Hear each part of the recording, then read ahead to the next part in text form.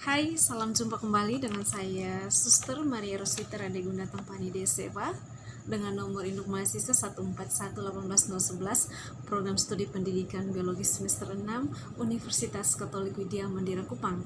Kali ini saya akan berbagi dengan teman-teman sekalian materi pembelajaran ekologi tumbuhan yang merupakan salah satu tugas mata kuliah ekologi tumbuhan yang diasuh oleh Ibu Imelda Sombo, SPD MSI. Selamat menyaksikan. Baik teman-teman, seperti yang tadi telah saya sampaikan bahwa pada video ini saya akan membahas materi pembelajaran tentang ekologi tumbuhan. Dan pada materi pembelajaran ekologi tumbuhan ini ada 3 sub pokok penting yang akan saya bahas dalam video ini, yaitu yang pertama tentang ketergantungan dalam ekosistem, yang kedua adalah interaksi tumbuhan dalam ekosistem, dan yang ketiga adalah siklus air. Baik, tanpa membuang waktu, kita masuk pada poin yang pertama, yaitu ketergantungan dalam ekosistem. Pasti setiap kita bertanya hal yang bukan lazim atau biasa, yaitu apa itu ekosistem? Ekosistem itu adalah suatu sistem ekologi yang terbentuk oleh adanya hubungan timbal balik yang tak terpisahkan antara makhluk hidup dan lingkungannya. Ketergantungan hidup tumbuhan itu berjalan secara kompleks, sama halnya seperti ketergantungan hidup masyarakat manusia dengan segala bentuk kelas sosial mereka. Jadi sama halnya pula dalam ketergantungan hidup tumbuhan, terdapat spesies-spesies tumbuhan yang mengalami ketergantungan hidup dalam masyarakat tumbuhannya itu sendiri. Dan dari spesies-spesies ketergantungan hidup ini maka terbentuklah golongan-golongan ekologi. Golongan-golongan ini tentu terdiri dari anggota-anggota yang memiliki atau bentuk kehidupan dan pola kehidupan yang serupa pula. Dan dari golongan-golongan ketergantungan hidup ini, hidup tumbuhan ini, maka kita sebut dengan Sinusiae. Jadi Sinusiae itu merupakan suatu golongan tumbuhan yang mempunyai bentuk yang serupa, menduduki relung yang sama, dan juga memainkan peran yang sama pula. Atau dengan kata lain kita bisa katakan Sinusiae itu merupakan kumpulan individu-individu serupa yang secara ekologi memiliki tuntunan kehidupannya itu sendiri. Ya, jadi dia memiliki kehidupannya itu sendiri. Dalam kehidupan ekosistem terdapat saling ketergantungan antara satu spesies dengan spesies lain, atau keterkaitan atau ketergantungan antara satu tumbuhan dengan tumbuhan yang lain yang mungkin saja dapat saling menguntungkan, merugikan atau mematikan. Pada kesempatan ini saya akan memberikan beberapa contoh bentuk hubungan ketergantungan tumbuhan tersebut dalam konteks saling menguntungkan, merugikan, atau mematikan.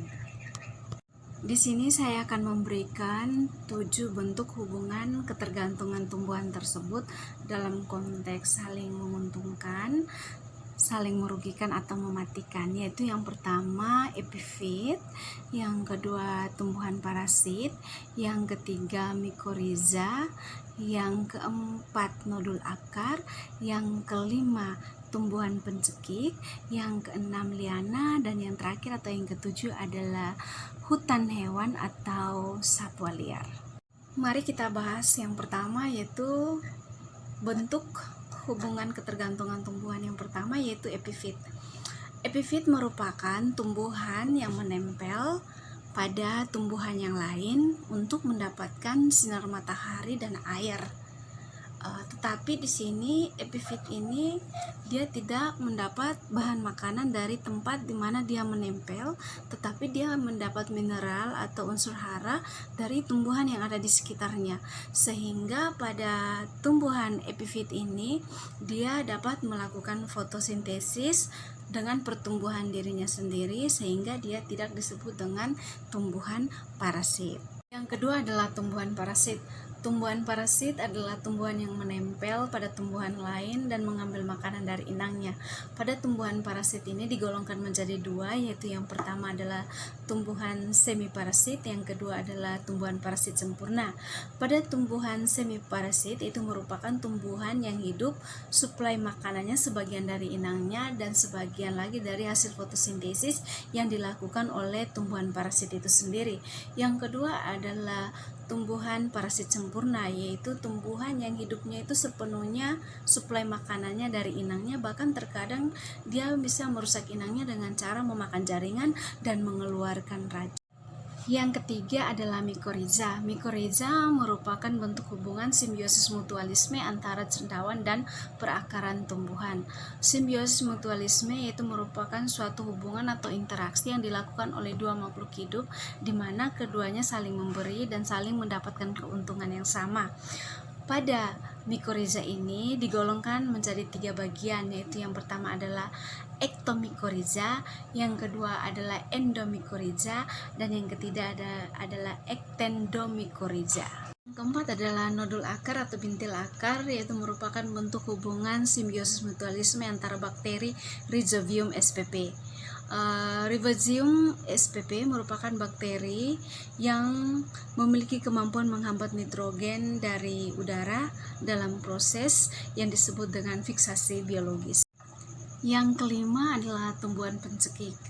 Pada tumbuhan pencekik ini awalnya dia bersifat sebagai epifit dari sebuah pohon, di mana secara perlahan-lahan dia akan mengeluarkan akarnya yaitu sebagai hiasan, dan kemudian perlahan-lahan dia akan turun ke bawah dan menancap pada tanah.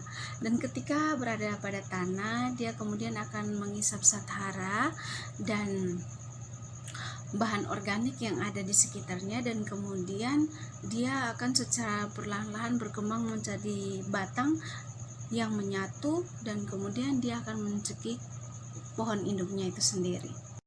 Yang keenam adalah liana. Liana ini merupakan tumbuhan merambat ya, tumbuhan merambat yang dimana tumbuhan ini dia tidak memiliki batang yang tidak beraturan dan lemah, sehingga dia tidak mampu mendukung tajuknya itu sendiri. Yang ketujuh adalah hewan hutan atau satwa liar ya, merupakan bagian yang tidak dapat terpisahkan dari kehidupan masyarakat tumbuhan. Mengapa dikatakan demikian? Karena hewan menggunakan tumbuhan untuk tempat aktivitasnya. Misalnya ada monyet, tupai, mereka menggunakan pohon-pohon yang di sekitarnya untuk sebagai tempat tinggal. Dan selain itu juga dengan kehadiran hewan hutan ini juga membantu penyerbukan serta penyebaran biji, sehingga proses regenerasi alami pertumbuhan ini tetap merata dalam habitatnya. Ya, tadi pertama kita sudah membahas tentang ketergantungan dalam ekosistem. Sekarang kita masuk pada topik yang kedua, yaitu tentang interaksi tumbuhan dalam ekosistem. Baik, dalam suatu ekosistem itu terdapat berbagai jenis tumbuhan dan organisme lain yang hidup di dalamnya yang sama-sama dan saling berinteraksi. Misalnya dalam suatu komunitas, yaitu komunitas hutan, ya di dalamnya itu komunitas hutan, komunitas tumbuhan, misalnya terdapat pohon, semak, herba, lumut, dan lain sebagainya, yaitu mereka tumbuh dan berkembang, saling berinteraksi satu sama lain, dan selain itu juga mereka berusaha untuk menyesuaikan diri mereka dengan lingkungan yang ada di sekitar. Adapun beberapa interaksi tumbuhan yang terjadi yang dikemukakan oleh Shukla dan Kandel pada tahun 1996, yaitu ada 3 interaksi penting, yaitu yang pertama yaitu antara tumbuh-tumbuhan dengan tumbuhan lain yang terdapat dalam suatu komunitasnya, yaitu atau intraspesifik asosiasi. Yang kedua adalah antara tumbuh-tumbuhan dengan hewan atau introspesifik asosiasi. Yang ketiga yaitu antar tumbuh-tumbuhan dengan organisme biota atau interspesifik asosiasi.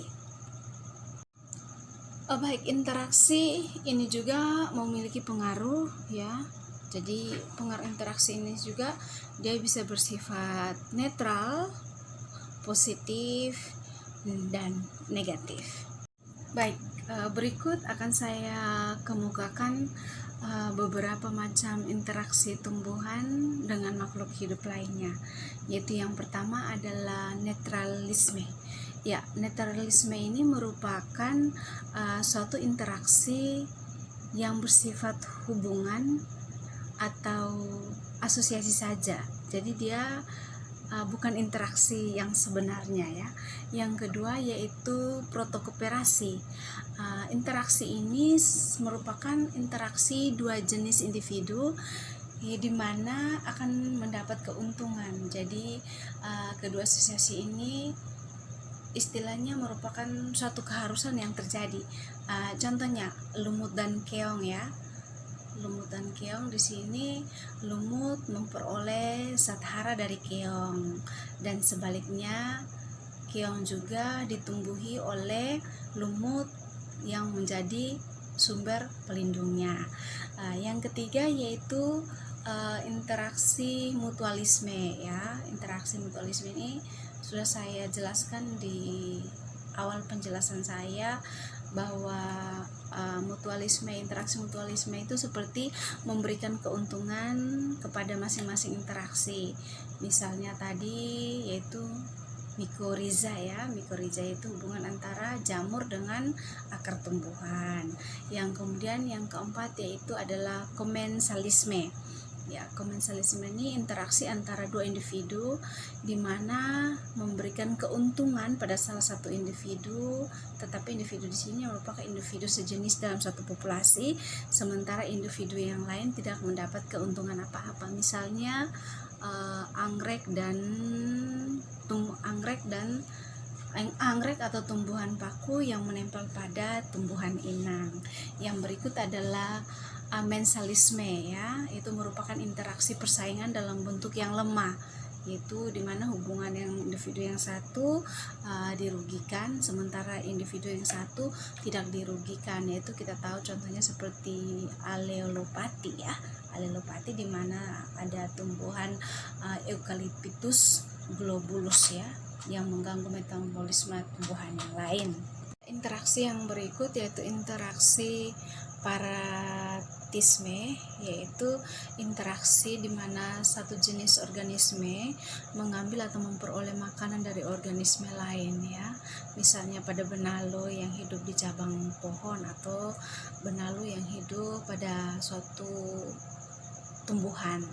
Yang berikut adalah interaksi yang berikut yaitu adalah interaksi predasi. Interaksi predasi ini merupakan interaksi yang menangkap, mengejar, dan membunuh ataupun memangsang ya.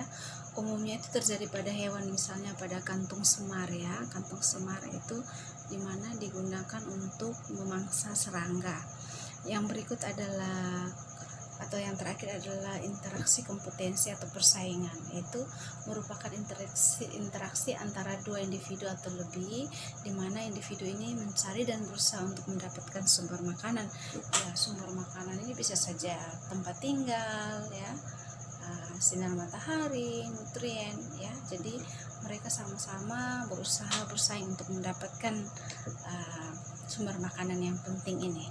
Baik, saya akan menjelaskan bagian yang terakhir dari materi pembelajaran saya, yaitu siklus air. Kita tahu bersama bahwa sumber air terbesar di alam ada samudra, sekalipun masih banyak lagi sumber air lainnya dalam bentuk perairan, misalnya di sungai, waduk, pantai, dan lain sebagainya. Kita tahu bersama bahwa air ini akan menguap ke udara, yang kemudian kita sebut dengan istilah evaporasi, kemudian membentuk awan, dan kemudian turun lagi ke bumi dalam bentuk presipitasi ya. Jadi dalam bentuk presipitasi ini air itu akan mencapai ke seluruh permukaan bumi dan kemudian akan bergerak dari satu tempat ke tempat yang lain, mengalir dari sungai ke sungai, dari laut ke laut, menguap, dan seterusnya sesuai dengan siklusnya. Kemudian di dalam siklus air ini atau kita kenal dengan siklus hidrologi ini, air itu akan berpindah melalui berbagai tahap proses yang sangat kompleks. Misalnya dalam permukaan bumi ini dia bersifat vegetasi seperti hutan, maka proses hidrologinya juga akan menjadi lebih kompleks. Misalnya contoh yang saya berikan pada siklus air ini, misalnya pohon. Ya, pohon itu merupakan media pemindahan atau transfer air hujan dari tanah melalui proses penahanan sementara air pada tajuk pohon, pada aliran batang, dan pada tajuk pohon dan aliran batang ini air kemudian lolos sebagai pemindahan air dari dalam tanah ke vegetasi dan kemudian ke atmosfer melalui evapotranspirasi. Jadi peralihan ini kemudian melalui vegetasi dan ke atmosfer dan kemudian melalui evapotranspirasi. Baik, itu merupakan penjelasan saya tentang materi pembelajaran ekologi tumbuhan, di mana dalam pembelajaran saya kali ini saya menjelaskan 3 pokok utama, yaitu ketergantungan dalam ekosistem, interaksi tumbuhan dalam ekosistem, dan yang terakhir adalah siklus air. Kiranya materi yang saya bawakan hari ini bermanfaat bagi teman-teman sekalian, dan sekian dan terima kasih. Tuhan memberkati.